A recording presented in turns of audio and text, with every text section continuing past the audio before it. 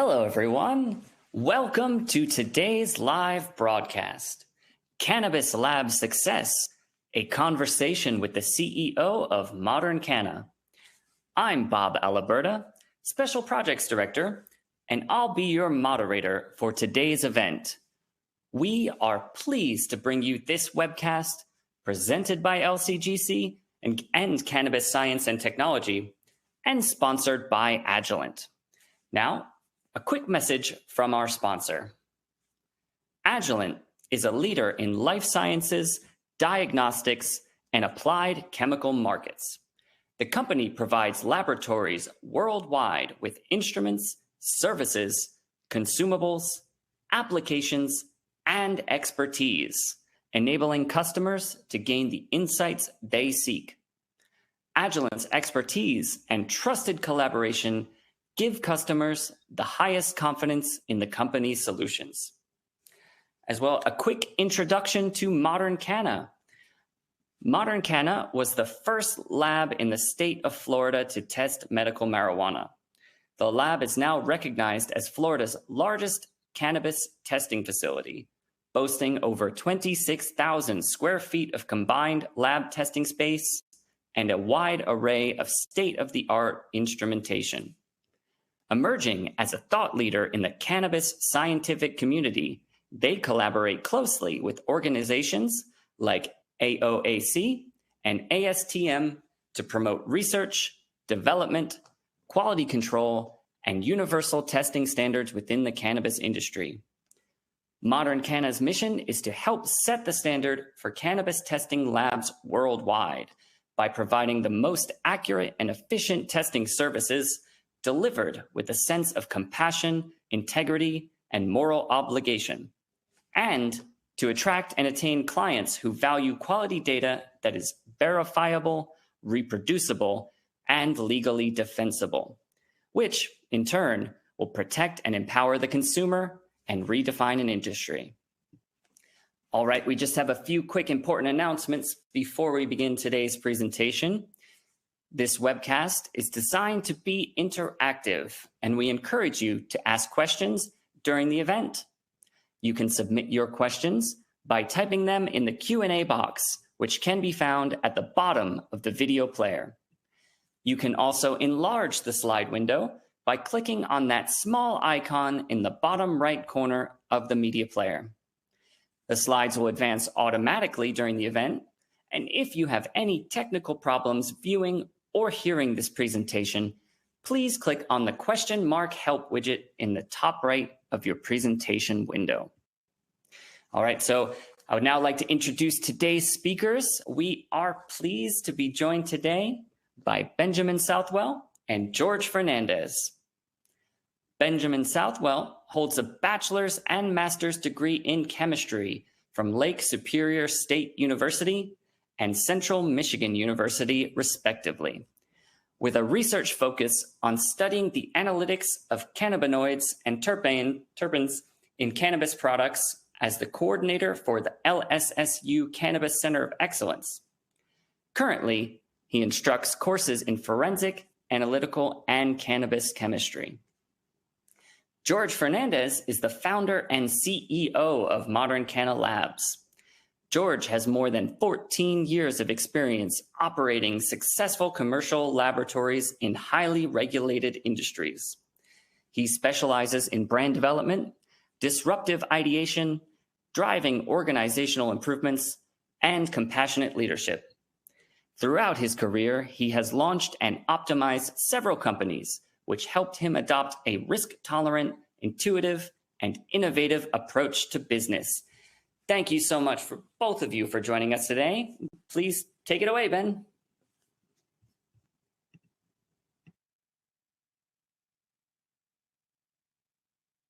Thank you for that kind introduction.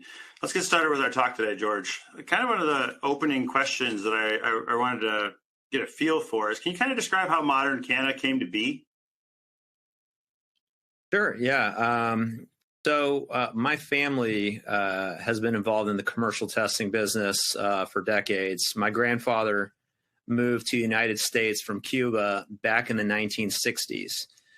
He started a company called FosLab Inc. in Lakeland, Florida, which is right in between Tampa and Orlando in Central Florida. And basically, the company was to help service the local phosphate industry, which was starting to take off in Central Florida at the time. My dad started working for the company back in like the late 90s, early 2000s. And the company evolved at the time. So it went from FosLab Inc. to FosLab Environmental, where we were really focused on testing for, soil, groundwater, wastewater, things of that nature. Then back in 2009, the business wasn't doing very good. The market was saturated. Prices were being driven down in Florida. And I decided to come and help the family business out. I owned and operated a small graphic design firm at the time.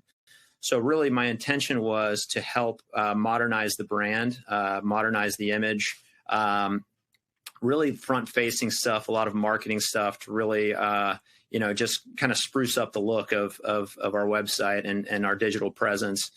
But then I got into sales. So I started really trying to drum up business. We needed it at the time. And when you get into sales, you have to get into operations as well. You have to understand how the lab operates. You have to know what you're selling. You have to know not to oversell. Obviously, you need to know your capacity. You don't want to flood the lab with too many samples and overwhelm your analysts and your lab technicians. So then I started to take an interest into other aspects of the business and other business functions, procurement, accounting, really started to, learn more about the commercial testing business. But, it's funny because it was just never my intention to work for the family business. So I didn't really give it 100%. During my time at FosLab, I was always looking for, new industries, new markets to kind of move into. I looked into, petroleum testing and hops and beer testing. I even looked at patenting certain technologies and e-commerce and selling those technologies, because I always had a couple of other ventures that I was working on at the time. But then right around that time is when cannabis legalization was really getting a lot of press in the United States. And I was reading this book, and there was a whole chapter dedicated to cannabis testing. So I went out to Colorado, California, and I consulted with some of the industry leading labs at the time. These labs were pioneers, and they were very gracious and receptive when I said, and I was transparent. I said, look, I'm interested in starting a cannabis lab in Florida. And back then, we were pretty far from that. So they were open to me coming and seeing their labs. I toured their labs. I met their leadership teams. And it was a very inspiring trip, both those trips. And when I came back to Florida, I just thought we could do this a lot better here. So that was right around the time that we were voting to legalize medical marijuana in Florida. So this was 2014. And, really, it was pretty disappointing and disheartening when it didn't pass. I think we needed 60%. We had it was around 57%. And so it was very close. And I think a lot of businesses that were gearing up for medical marijuana were very disheartened and devastated that it didn't pass. But I said, you know what, let's keep our foot on the gas here. This is going to pass eventually. It's going to be back on the ballot in 2016. And we rolled the dice and he said, let's take a big risk here. We continued to build out the infrastructure, continued purchasing equipment, training analysts, investing in our analysts, really kind of gearing up both offline and online, just building our business out. And started attending rule development workshops. So, a lot of these rule development workshops and public hearings in Tallahassee, our state capital, we were the first lab involved in rule development at the time. And we were constantly talking about testing, the importance of testing, and not just testing, but making sure we talked about quality control and making sure that, your testing is verifiable, reproducible, legally defensible. So, that was a pretty trying time. because, there wasn't much of the environmental business coming in. But sure enough, it passed in 2016. And we even knew at that time, there was still going to be a few years before the program really took shape, before we really started seeing business. So 2014 to 2018, those are really difficult years for us. But it was great that it passed, and I wrote a business plan at the time and really focused my attention on raising capital, because I knew this was going to be a big business, and I knew that we needed capital to really build out the infrastructure, purchase the equipment, and find qualified staff to run the lab the right way. And here we are. You hit on some great points there, and it's kind of an interesting story how it shows progression out of the traditional analytical, like environmental labs. It is something that I've seen a lot in my background, but it is different, and I think you kind of hit on that. Do you have any thoughts on that for his labs maybe looking to move out of the the environmental sector into cannabis? Is points that this is it a direct transfer? Should they? How much thought do you think there is going to be involved in that? It's definitely different. I mean, I think you're working with organic materials in an environmental lab. So, there are a lot of synergies there. I think both matrices, I think both cannabis and environmental samples are hard on your instruments. It's unless you're doing drinking water, but this is not drinking water. These are difficult materials to work with. And I think most environmental labs, they understand that. They understand the instrument upkeep, the troubleshooting, instrument maintenance, and how important that is. So I think in that sense, it translates over really well. But, like we like to say, cannabis is a different animal. It does require a lot of method development, a lot of trial and error. So, it's certainly, I think it was an easier transition for us opposed to like a clinical lab or even worse, just, a lab that had no experience previously and just, wanted to open an ancillary business because they saw it as an opportunity to capitalize. Those guys must be, that's probably a really steep learning curve, yeah, for sure. So I would think for an environmental lab, it's probably an easier transition. It's not an easy transition, but it's an easier transition than most labs.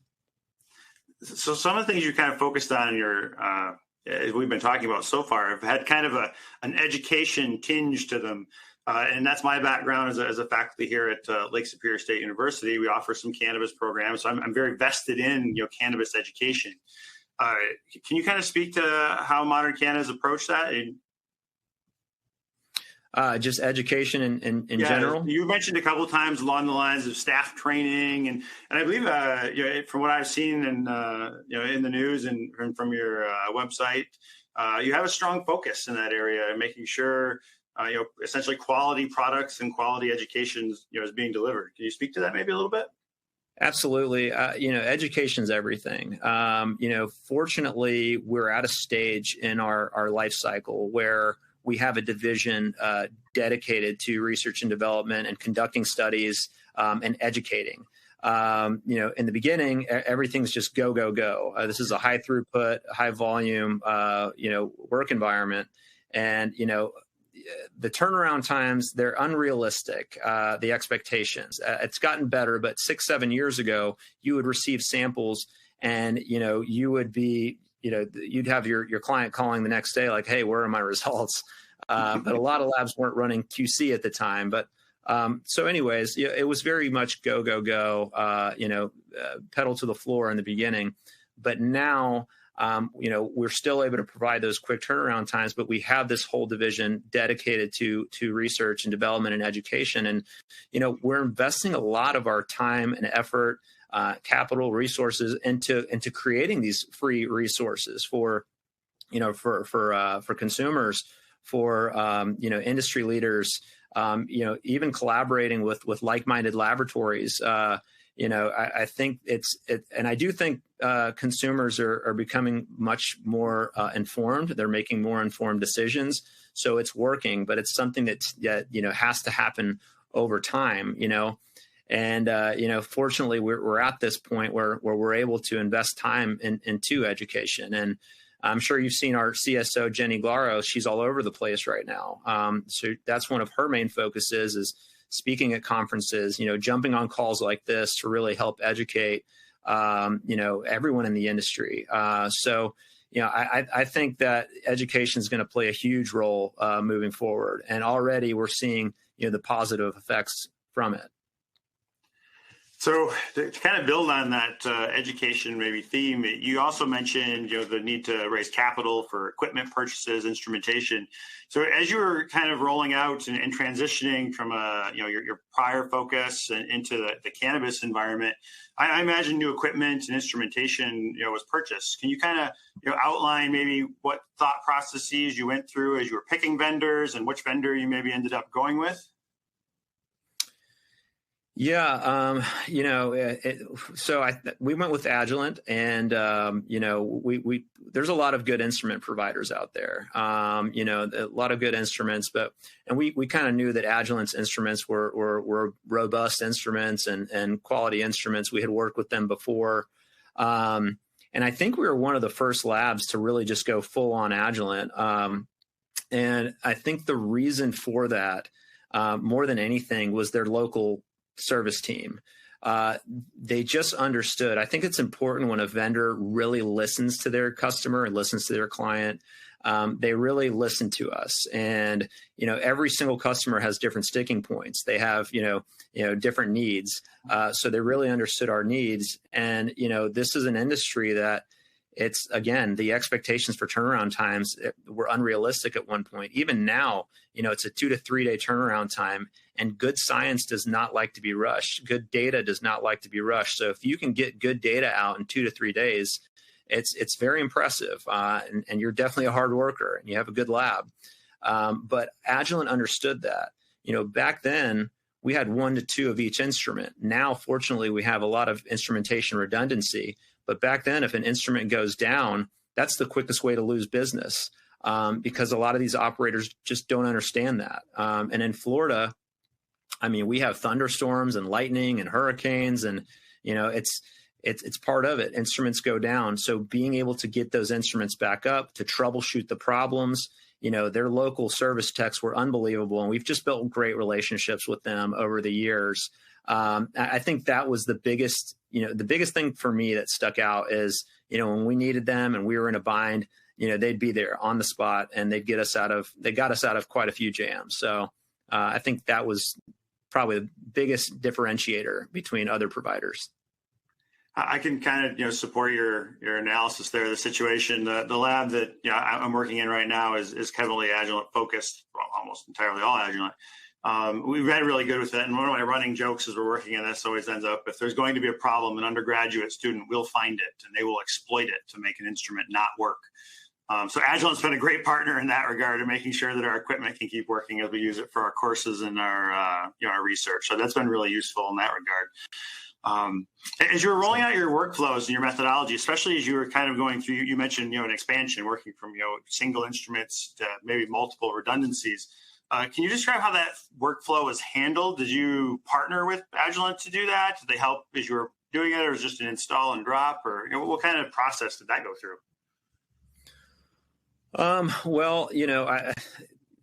There's been a lot of change, in the past, 3 years, 2020 to now. Like I said in the beginning of the call, 2014 to 2019, very difficult years. We were operating in a 1,700 square foot facility at the time. So it was, pretty tight quarters. Now we're considered one of the largest labs in the whole nation, in terms of instrumentation, redundancy, and square footage. And all that growth happened within 3 years. So you're obviously optimizing your methodology constantly. You're trying to, get those quick turnaround times, meet those quick turnaround time demands. But I would say the 3 main things are space, instrumentation, and then personnel. So with space, we purchased 5 acres and 26,000 square feet of lab testing space. And that was important to show our clients, like we're here for the long run. We're ready to scale with you guys and grow with you guys. But more importantly than that, it was important to show our staff that we are committed to providing you with the space that you need, retrofitting space, repurposing space. That's extremely important. And then I think with personnel, creating a recruiting and onboarding pipeline. I think it's incredibly important to find analysts and lab technicians who are not only incredibly talented in the laboratory, but who are also morally and ethically sound people. Modern Canna's we're considered a thought leader in this space right now, and that's a big undertaking, and that's something that we take very seriously. And ensuring that products are safe, that's something that we want all from top to bottom, left to right. We want everybody within our organization to understand how important that is. So, again, streamlining that onboarding process and that recruiting process, incredibly important to have that as you scale and as your workflows change. And then instrumentation, like I kind of touched on a little bit earlier, is Agilent was there when our instruments would go down, and we only had one or two of each instrument. And like I said, that's the quickest way to lose business. So I think them understanding just understanding that alone was incredibly important. I mean, now we've gotten to a point where we have a dedicated instrument maintenance manager who kind of facilitates all the PMs and all the service calls, does all the internal training on how to troubleshoot your instrument. But again, 3 years ago, we didn't have that. So having Agilent support, was so valuable. With that, out of curiosity, I mean, you mentioned that you have a kind of a dedicated manager in that regard now, but do you still utilize service contracts? You mentioned PMs. Are you doing those yourself, or do you use are those under contract, or how do you handle those? A little bit of both. It's funny when you said that about your situation there, Ben, because with us, Agilent will say, anytime they have to come on site, they'll say, we know it must be one hell of a problem when you guys call us out. It's something that we've usually never seen before, but so we definitely still use them. We have service contracts with them, and I think as you scale, it's important to have those in place. Because you can only do so much internally, and I think we've done some really good internal training, and we do have a very good instrument maintenance manager. But there's some issues where he's even scratching his head, and so it's good to be able to pick up the phone and put a service ticket in and have somebody come out pretty quickly. One thing I did want to circle back to a little bit. You mentioned onboarding and kind of the importance of setting a mindset and with your new employees. Can you kind of describe how that kind of plays into your mission? I think you have a really kind of, as an organization, a really interesting mission statement. Can you maybe speak to that a little bit? Yeah, absolutely. I think our mission statement starts out with to help set the standard, and I think that's incredibly important. I mean, that's what we're trying to do. I think the industry, we all know the industry desperately needs standardization. So we're working with organizations who are focused on standardization. So we're working very closely with them. But in the mission statement, it mentions to help set the standard by providing accurate and efficient testing services delivered with a sense of compassion and moral obligation. So that again is just getting analysts to understand like how important what we do is. We, as a third-party lab, the reason we exist is to give the truth and to provide that data that's reproducible and legally defensible and verifiable. So I think setting that standard is a really big part of who we are, and we have a lot of internal training programs, a lot of systems internally where we're taking our new hires that we're onboarding. We're kind of taking them through and training them on just how important setting that standard is. I also in our mission statement is to attract and attain clients who value quality data. This is also incredibly important. there's two different types of businesses in cannabis right now. You have your short-term mentality businesses, and then you have your long-term mentality. And, there are a lot of operators and laboratories alike that are in this industry, that have that short-term mentality. And, what I mean by that is the operators that we work with, they want to cultivate better products. They want to manufacture better products. They want to cultivate and manufacture safer products. So they value that good data. And Ben, one thing that I've learned just working with so many operators is that, a lot of these companies, they don't necessarily have QA/QC teams or internal laboratories. And I feel like the ones that do, we work really well with. Because a lot of these companies, and also they don't really empower these individuals. If you have a scientific team, if you have a QA/QC team or an internal laboratory, you want to empower them. You want to entrust them in making the right decisions. But a lot of the times, especially with the operators that aren't necessarily as mature and as far along as some of these larger operators, they don't even have that. So a lot of the directives are coming from up above. And they're coming from, business executives and finance guys who really don't know about the science. And I think we're all in this because we believe that the science is going to propel this industry forward. That's our passion. And, I think most labs can say that, and most mature operators can say that, so again, there's the two different sides. And, the short-term mentality, they want favorable results, right? They want higher THCs and they want, products not to fail, regardless of how much evidence you give them that their products are failing. So I think that, the long-term operators, they're thinking about cultivating better products, manufacturing better products. But the short term, because what happens in Florida is if you do fail samples, they have to destroy an entire production batch, which, yes, it can be costly. But what we tell our clients and what our clients understand is that we're here to protect you long term. We're here to protect you from product recalls, from lawsuits, from damage to your reputation, because we are giving you legally defensible data. And they understand that. So they kind of have that long-term approach. And, Ben, like any industry, that day of reckoning is going to come with cannabis, just like any industry. Sure. And regulations are going to tighten. And like I said earlier, consumers are smarter. They're making more informed decisions. There's still a long way to go in terms of education, but they are certainly making more informed decisions now. Our goal is to set our clients up for that long-term success.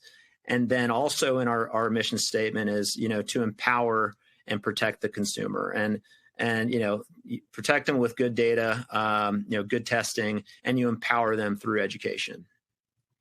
It is so I wanted to bring that up because I think it's kind of some powerful statements that are, present there. And it is something, as even I talk about with our students, we've incorporated more ethics components into these degrees than we probably have in any of our other ones, because there are so many pressures on our graduates as they come out, going into these facilities. So I'm encouraged to hear, your support of that and your implementation. One thing I did want to kind of mention or bring up a little bit is you've mentioned quality data, defensible data quite a few times as we've been talking so far. And I think that's a really important bit of information because across the industry, as we've all seen recalls and different product issues, and those can be very damaging to the industry as a whole and to a lab very specifically, depending on how that's done. Could you maybe talk about how you approach that, and does your instrumentation fit into that, or how it fits into that, maybe? Yeah, definitely. I think one of the first things is, we scrutinize our data, to the point where it's reviewed multiple times. So we peer review, then our entire QA/QC team reviews the data. Our lab director reviews the data. Heck, our CSO even jumps in and reviews data. So it's reviewed multiple times during that process before it's reported out. And then when you just talking about quality control, So we provide two different reports to our clients. Basically your front-facing COA, which is, like your marketing report. So you'll see all these COAs in every dispensary. It's your patient-facing or consumer-facing COA, and then a full report. So our full report, sometimes these reports can be hundreds of pages long because they contain every single analyte, detailed information. And at the end of these reports, they also contain our QA/QC reports. Basically that shows your, method spikes and lab control samples and blanks and dupes and everything. And I think, that is really important for the clients that we work with that do have those QA/QC teams, that do have those internal laboratories. They like seeing that. They like being able to read that, to read those QC reports. And, it's funny because there's no requirement. I'm not sure about other states, but I'm pretty sure most of the states in this country you're not required to report that QC data out. But coming from an environmental background, that was a requirement. And any modern day LIMS system should be able to generate that data with the click of a button. So, you want to talk about transparency. That's pretty transparent. You're showing the operator, we are running QC with every single analytical batch that we process. Transparency is one of those buzzwords that's like every corporation uses it now. It's everywhere. But not everybody fosters it, and not everybody really incorporates that in their business. And that's something that, we want to make sure that we're not just saying that we're a transparent company, we are showing that we're a transparent company. So that's definitely one thing that we do that I think is different. And honestly, I think labs are going to be required to provide that QC data moving forward, because most of them are required to run it, but for some reason they're not required to report it. Yeah, it is a very interesting point. Again, it's something with the students as we're working through it. Using the software the instrument has to generate that, a lot of it will export then right into your LIMS system.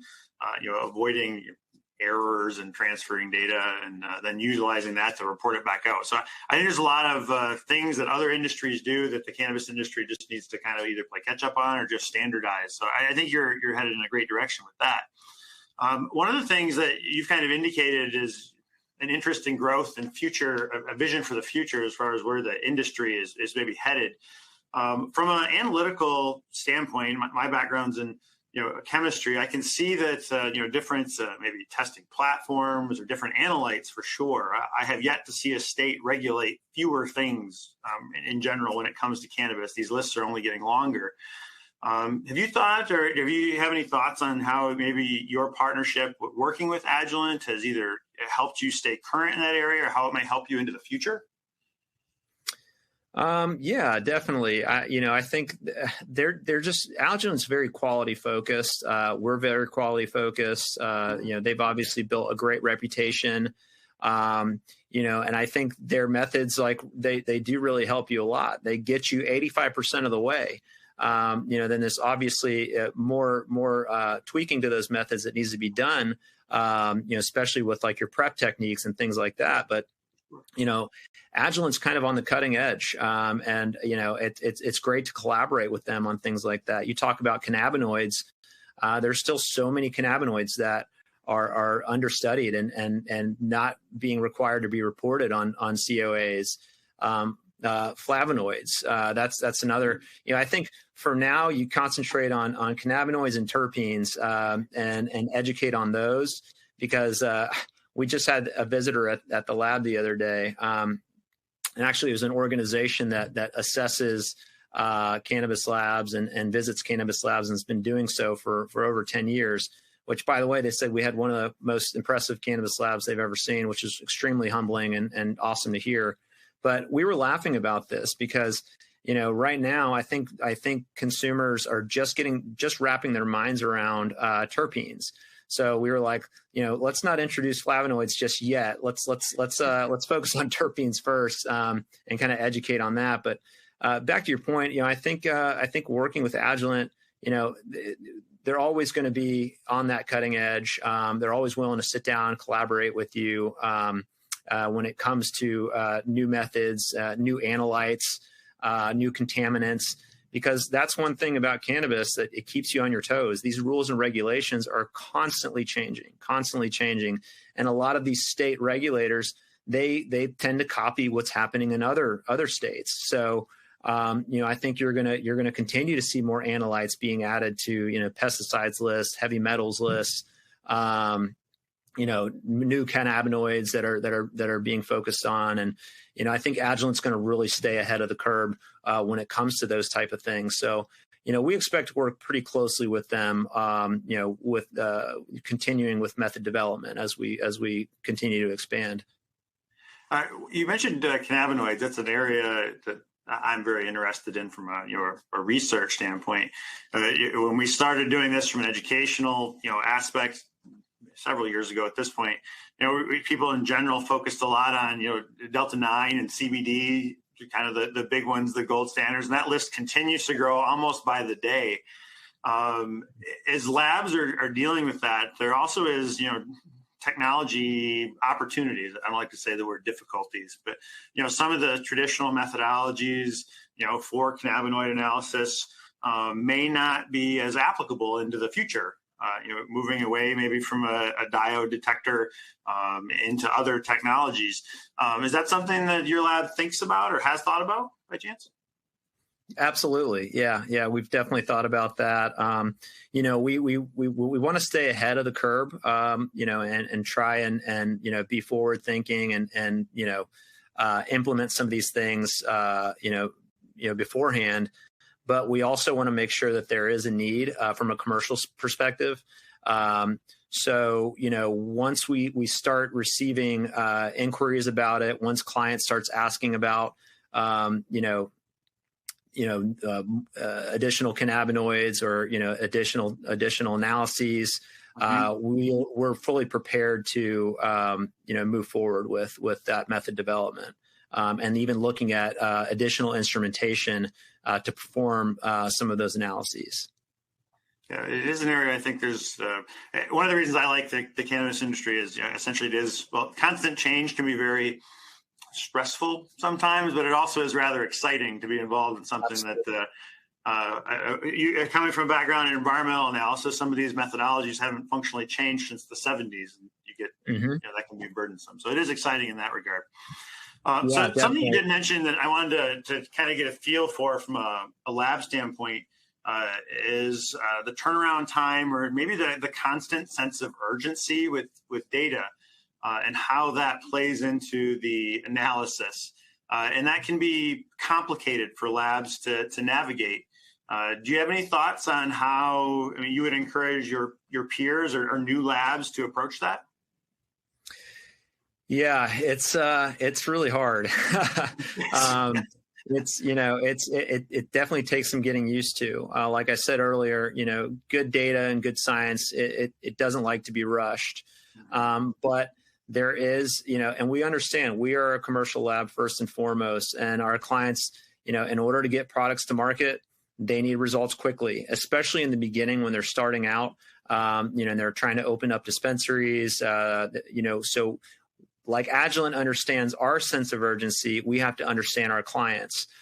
So it is important to, be able to get that data out quickly. But, you have to focus on the accuracy more than anything, because once you issue, COAs and reports that have inaccuracies and are not accurate, your reputation is damaged. And, that's something that as a laboratory, you have to be as perfect as you can possibly be. But as far as the throughput goes, Ben, yeah, it's very high throughput, high volume. And, there's a tendency, that can definitely stress out not only your instruments, but your staff. This is a production environment, labs and operators alike in cannabis. And, if you ask employees from different laboratories or different medical marijuana operators what the work culture is like, I would say 90% of the time you're going to hear that it's poor. And I think you have to make time to invest into your staff and to listen to your staff and provide them with the tools that they need in order to succeed. And instead of just produce, I think that's really important, because when you're in a high production environment, it can become a toxic environment. So that's one thing that I really recommend is, one, I think you have to love it. I think you have to love this business. I think you have to be passionate about the science and about where the science is driving the industry, because the margins, they aren't great, and the workload is pretty heavy. And so it's a hard business to run. I mean, I take my hat off to all the cannabis labs out there. I mean, these guys work hard. These are hardworking companies, and they're constantly troubleshooting, and but like you said, Ben, it's exciting. It's also, you kind of have to be a glutton for punishment and enjoy the excitement, and it helps the days go by quick too. So but I would say, you have to love it, and to be patient, focus on the good science, focus on good data, and, more than anything, I think this goes for not just cannabis labs and cannabis operators, this is for all businesses. I think you have to take care of your staff. That's your staff is your heartbeat. And, they're the ones that are taking care of your instruments, who are taking care of your clients. I think you have to lead with compassion. I think you need to listen to your team, collaborate with your team. It goes well beyond just compensation and benefits. I think you really have to be there for your staff, because you put a lot of training into your staff. And so I think it's really important to be there for them, to listen to them, empower them, and entrust them to make decisions. So that would be my advice to anybody looking to start a cannabis lab. You kind of hit on something. You brought up some ideas for me, and then you answered my question. I didn't even get to ask it. So retaining staff ends up being something that we hear even at the university is a very difficult thing for cannabis labs. There's a lot of moving between facilities, in and out of the industry sometimes, and it can be a very expensive proposition to bring someone on, train them just to go work for the guy down the street. When that ends up happening. So I think your approach is noble in that regard, and I hope it ends up being very successful for you, because as a trainer of young analytical chemists as they come out, is something that I know a lot of our graduates do look for, is some progression in the industry. When they work for a lab, they'd like to learn and then be able to show that their company cares for them and that they can progress into that. So I think that's important to foster a long-standing, vibrant company when you work like that. So. Absolutely. And that goes back to kind of our long-term growth mentality. And, we want to create advancement opportunities for our people. And it really, and our onboarding process and our recruiting process is pretty stringent, because we look for the right people who have that mentality. And again, talented analysts and lab technicians who are talented in the lab, but also are morally and ethically sound and kind of can get behind our mission. And I think those are the people that really embrace our culture, and that's how you focus on retention and keeping people around. So I guess kind of something else to think about is what kind of lies ahead for Modern Canna. We've talked a lot about where you are today. What are you guys thinking about for the future, for not only maybe yourself and in the business? Yeah, I think there's for us, it's we're definitely looking at expanding. We're looking at a couple of different markets outside of Florida to expand into. We've taken a very slow and methodical approach to expansion. I think a lot of businesses in this industry, especially 6-7 years ago, it was like, let's get into as many markets as we can. Let's get as many licenses as we can. But what happens a lot of times is you end up burning your staff out. You end up, there's only so much bandwidth. And as a laboratory, you have to be able, reproducible data is so incredibly important. So, if we have 5 facilities in 5 different states, you should be able to send the same sample to those 5 facilities, and you're going to get very close results. And that's not necessarily the case. I mean, if you talk to operators out there, I mean, you hear some horror stories, and I think there is such thing as trying to expand too quickly. And I think there's a lot of labs that are in over their heads, because what also happens is, some companies, or entrepreneurs say, let's start an ancillary business in cannabis. And they pick a laboratory out and they have no prior experience. And then 2-3 years down the road, they're kind of thinking exactly what we've been talking about. This is really hard. This is hard to do.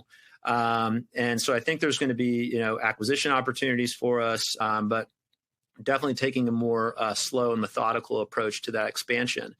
And then, continuing to educate. And, I think, doing webinars like this, really going to conferences, presenting our research, presenting our data, continuing to work with, like-minded laboratories to really try and push the industry forward, and educate industry professionals and consumers alike. So, I think that's definitely in our future. Well, that kind of takes care of the business side. I won't lie. I want to sneak in kind of one additional little thing more from the science side. I can't not do that.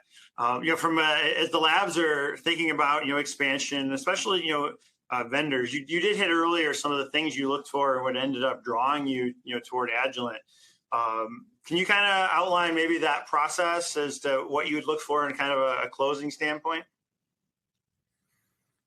As far as if you were looking for a new lab, if you're going to give some advice to a new lab as they're picking out their vendor, again, we kind of hit some of the points, but as we're kind of wrapping up today's conversation, any highlights you'd like to offer in that regard from the instrumentation standpoint? Yeah, I think, definitely instrument robustness is important. These instruments run 24/7. They like to be running. They don't like to be down. So, and there is not much downtime in cannabis. So I think you have to look at the instrument itself. And the software. I mean, you have to like the software. I know our analysts and our leadership team, they really like Mass Hunter a lot, which is an Agilent software. So I think those are, very important, but I'm going to go back to it again, Ben. I think the level of service, the field technicians, you're partnering with these guys. This is a relationship that you're building. So you have to have a solid support team that can come in and help you repair an instrument if something goes wrong, and get you back up and running. Because again, that's the quickest way to lose business in this industry is if an instrument goes down. These operators are unforgiving, and rightfully so. They're trying to get products to market and on the shelves. So I think making sure that your instrument provider understands that sense of urgency, and can get you the parts or the service that you need in time to where you aren't losing any business. That's very powerful. Well, that's great. Well, I really appreciate you taking some time to chat today. I think we had a great conversation, and hopefully the audience will agree on that regard. So, great. Thank you so much. All right. Thank you both for that informative conversation. So before we get started on the question and answer session, I will just quickly note that our presenters will be camera off for the Q&A. As a reminder, I'd also like to remind the audience how to submit a question. You can do so by typing it in the Q&A box, which can be found directly below the video player. And so our first question of the day, we'll kick this off if you guys are ready. Our first question of the day is the market for new labs saturated? Yeah, I'll go ahead and jump in on this one. I would say yes and no. You have to really look at the testing regulations in that particular market. Take time conducting market research. And see, is the market saturated with cannabis operators? Are prices of cannabis products being driven down? lab testing is a big operating expense for a lot of these cannabis operators. And let's face it, commercial labs, we're at the bottom of the food chain. So, I know 4 or 5 markets really well, but none more than Florida. So I can speak to Florida and, tell you that the Florida market's pretty saturated right now. We've already seen a few lab acquisitions, and some labs have decided not to renew their licenses. And I have pretty good relationships with a lot of the other labs here in Florida. So it's definitely a little tight right now. And it's mainly because rules and regulations are continuing to evolve. I think if you're a quality driven and quality focused laboratory who's really abiding by the rules, regardless of whatever state you're operating in or looking to operate in, you're definitely going to experience some frustrations because, currently you still would be competing against labs who are willing to compromise their data and bend the rules in order to generate more business. So, again, I think that's a short-term mentality and labs who are okay with putting their clients at risk. And I think the more mature operators in this industry, they understand that, product recalls, lawsuits, damage to their reputation will be a lot more costly in the long run. So I do think there will be less market saturation as the industry matures. I'd like to build on that a little bit. I also kind of think that the market, the people entering the market are changing to some degree. Several years ago, as these new markets were rolling out, everybody and their brother, was interested in potentially starting a cannabis lab, and there just wasn't a lot of information available as to what that was really going to look like. And as markets continue to mature, I think we're seeing that, the established laboratories are kind of setting standards, and it's getting more. The understanding of what's going to be required for new labs is becoming more clear, and that's kind of leading to a slowdown in these facilities, popping up all over the place. Excellent. Thank you both for that. Next question from the audience. Are not all labs supposed to provide quality data? Why is this so hard? Ben, you want to jump in on this, or you want me to take it? I'll start that, I guess. I guess the short answer is yes. All labs are supposed to, in theory, provide quality data. But to kind of play into my answer to the previous question, not everyone that joined the game exactly understood what that meant. As markets were, these new laboratory facilities were rolling out, not everyone immediately employed the staffing that had the understanding of how to generate, defensible quality data. And there's always the issue of the capital investment related to labs and ethical issues that do flow out of that lead to difficult situations, whether you stay open or whether you provide any type of data. And I'm not saying that's okay by any means, but that is an operational reality. So I think this shouldn't be ideally as hard as it is, but it is something that all labs are going to have to work through. Yeah, and I agree. I think, just to kind of dovetail on that, I think, Ben hit the nail on the head there. Financial pressures is a big reason, labs might prioritize cutting costs over quality, which can lead to, compromising their data. I also think there's a lack of regulatory oversight, which leads to a lack of accountability, if you will. I think strong regulatory framework really helps ensure that labs maintain those high standards. So I think it's important that these government agencies who regulate cannabis programs are well funded. They need staff and training and financial support, just like commercial businesses do. But there's a lot that goes into it. I mean, your routine equipment maintenance, testing methodology. We kind of touched on, standardization, lack of standardization, even sampling errors. I think a lot of labs are required in certain states to go collect samples from operators, and, incorrect sampling techniques can lead to, inaccurate results, data manipulation, that's, unfortunately it's unethical, but unfortunately it's part of the cannabis, testing industry right now. Like I said, quality control procedures. I think labs that have more robust quality control procedures, regular calibration of their equipment and calibrating in matrix, routine validation of testing methods, those kind of things, they're going to ensure consistency more than other labs. And then, something else is, human error. Obviously that's always a thing. Ben, you mentioned training. That's huge. But, I think minimizing human error is important too, especially in this day and age.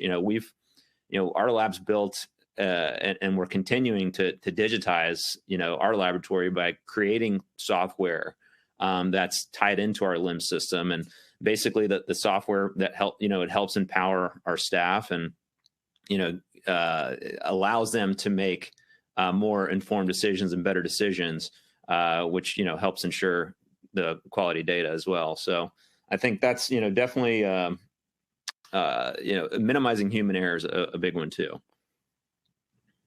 Absolutely. And switching gears a little bit here now, is having a single primary instrument vendor really that useful? I can speak to our lab on this. I'm not, Ben, you could probably talk about yours, but I mean, I think so. We use a lot of different instrument providers. Agilent is our primary instrument provider, and kind of touched on that earlier. But I think using instruments from a single vendor or a primary vendor, it leads to better standardization in the lab, in terms of your operating procedures, your maintenance protocols. I think it simplifies training for your staff too. Really helps you streamline, and obviously the technical support. I know I've touched on that a few times, but building those strong relationships with the vendor, I think it leads to better technical support when you have one primary provider. Yeah, I would also kind of agree with that. In our lab, again, Agilent is our primary provider for that. What ends up happening is, again, from the technical support, the service end, having a relatively consolidated group of sales reps and vendors to purchase consumables from just makes a lot of the decision-making processes easier and more streamlined. So we find that to have some advantages. And we've also seen circumstances where if a service tech came out for one particular issue, but we were experiencing something else, that that could get moved around to help experience other service issues even faster sometimes. So again, having singular vendors does help promote those types of interactions. Absolutely. And have you seen any benefits to promoting cannabis education? I think it's, that's a long-term thing. We've definitely received a lot of support and thank yous and, from well-respected scientific research organizations, cannabis industry professionals, our clients, consumers. We know that people are noticing and noticed our efforts and dedication to research over the years and really appreciate it. And that's, one thing's for sure. I think everybody knows the industry needs it. But as far as benefits go, I think that's something you don't see overnight. It's kind of like losing weight. You work out and you eat healthy. You aren't going to see results in a few days, but if you work out and eat healthy for a year and you take a before and after picture, you're going to see huge results. And I think, same thing can be said for education. You're going to just see better results over time. You couldn't have said that from my perspective a whole lot better. The university here has invested into the cannabis programs. It's been a very successful degree program, and that has practical sides of operation from a university perspective. But I do think the students who are graduating and other universities that are offering educational programs in this area are really kind of doing the industry a bit of a service. Along the lines of, again, this is something that really didn't exist fundamentally a relatively short number of years ago and continues to evolve. So having, an up and coming educated workforce, that understands the challenges this particular matrix presents and some of the challenges just the industry faces, I think provides a really good place for the industry to keep moving itself into the future. Well said. Well, with that, we will wrap up today's event. Thank you so much, George and Ben, for joining us today. I also want to thank the audience, of course, for attending and for participating in today's event. And I would like to thank our sponsor, Agilent, for making today's webcast possible. So we also would like to ask everyone in the audience to please participate in a brief survey. This survey will appear on your screen after today's presentation has ended. You'll also receive an email alerting you when this webcast will be available for replay. We invite you to forward that announcement to your colleagues who may have missed today's live event. We hope to see you all next time. Goodbye, everybody.